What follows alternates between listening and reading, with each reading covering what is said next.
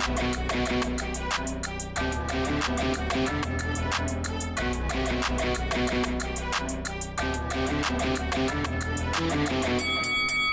guys, welcome to Boxing Squared for boxing news and views from around the internet.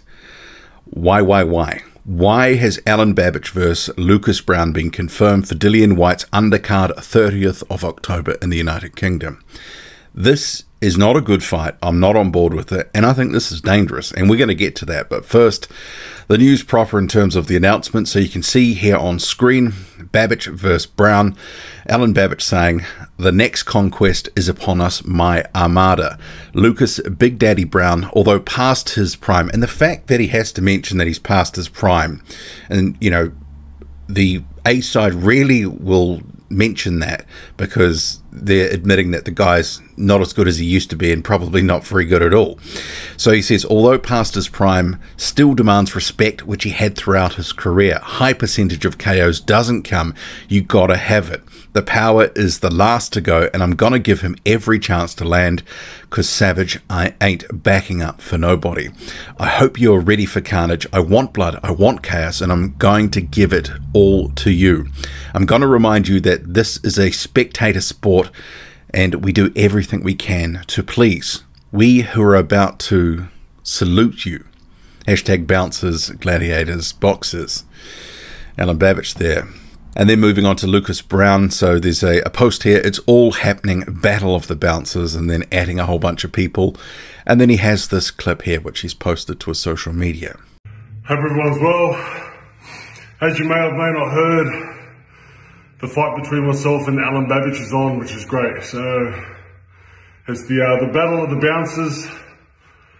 There's no bullshit, there's no dramas, there's no nothing. It's just two fellas that want to get in there and punch it at each other. So I'm very happy with it. I've learned a lot, obviously, from my last fight. Been bringing different things to this one. A little bit more back to the old Big Daddy, where I just go in and bash, basically, because there's no need to worry about boxing and all the rest of it. Just go in and bashing. So I've done a weight session today. Just found out that I've got the fight and it's all ready to go. So I've just done 8 rounds on the assault bike. As you know, I don't run, so one of the things I'll be doing is a lot of assault bike. The fight is 8 rounds. So this fight, I was hoping it wasn't going to happen. When Lucas Browne a week or two ago said that he wasn't getting offered enough money and that effectively they might have to look at next year, etc., because they only had enough money for an 8-rounder, didn't want to pay him. Clearly he was being lowballed, and that's what he said, that he was being lowballed. So he's hung out for more money, and clearly he must have got it because he's taken this fight. Lucas Browne at 42 years old is not a guy that we need to see in the ring anymore. I get that he's looking for final paydays in his career, but actually his performances have been dreadful of late. He's clearly hanging out for paydays while putting his health at risk. And we've just seen an instance of, say, Evander Holyfield looking terrible in the lead up to that fight with Vitor Belfort, and then getting, you know, obliterated, and the questions about the sport of boxing and looking after fighters' health. For me, this is the same sort of conversation, because Lucas Browne, since he got sparked by Dillian Whyte, 3 years ago, diminishing returns. He was clearly washed then. He got stopped by Dave Allen, and since then he's been knocked out earlier this year by Paul Gallen in a round. And Browne can go on about, you know, he was fouled by Gallen and all this sort of stuff all he wants. The guy is completely washed. He is a husk of a husk. And this is a terrible fight for him, but also for Babic. What does it prove for Alen Babic? Getting a guy who was a former regular belt holder on his record. That's about it. He can't really get much, if any, credit at all. I mean, we've been talking about the need for Babic to step up and fight some live bodies. This is not a live body. Lucas Browne could get seriously hurt in this. I guess there's sort of 3 options. He's going to get absolutely separated from his senses, and then the debate will rage, why did they make this fight? You know, is Lucas Browne going to suffer any lasting effects from being knocked out? 2, Lucas Browne might get dropped by something. It might be sort of cuffing, but maybe he'll just stay down. and then sort of laugh his way all the way to the bank and sort of thank his lucky stars that he didn't get knocked out. And then there's the more remote possibility that Browne is going to get a knockout, catch Alen Babic on the way in. But while that's a remote possibility, it exists, you know, it does still exist. But in all likelihood, what's going to happen here is Lucas Browne gets absolutely wrecked, and we'll be talking about why did they make this fight. And we're talking about it now.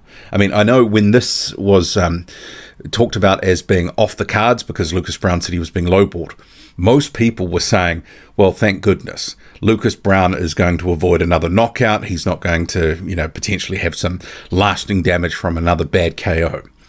But now we've got the fight. I mean, I actually think this is reprehensible that this fight's been made. The guy is clearly a husk of a husk of a husk now, and not up to much. He's not up to taking these sorts of fights. It'd be different if Lucas Browne had a chin and was able to prove, sort of similar to a Marius Vuk, that even though while over 40 years old, that he can still actually put up some solid rounds. We have not seen that. There's been diminishing returns. He's looked increasingly worse in recent fights in recent years. And Alen Babic, when's he going to step up? This is not a step up. This might have a little bit of name recognition attached to it, but you're not going to get any credit for this fight because Browne's got absolutely no chin anymore. He's going to go down in the first. If this goes out of the first round, I'd be shocked. And it would be a case that Babic would be letting it go to the second round because Lucas Browne just can't take a punch anymore. Even some of his recent sparring footage has not looked good. Stuff he's voluntarily put online has not looked good. So, yeah, I mean, I just kind of think, why? Why make this fight? It's, you know, these are the things that boxing does to itself, gives itself its own black eye through its own actions. Babic needs to face someone who's still got a pulse that can actually give him some meaningful rounds. These are not meaningful rounds because it won't go rounds. Anyway, what do you make of this? I think it's a farce. I'm not on board with it. I think actually, you know, Eddie Hearn should give himself an uppercut for making this fight. And Alen Babic is even admitting Browne's way past his prime. So what credit can we give him? I don't think much, if any. Drop a comment, loud and often, hit like, hit subscribe, follow me on Twitter, boxing_squared. I'm out.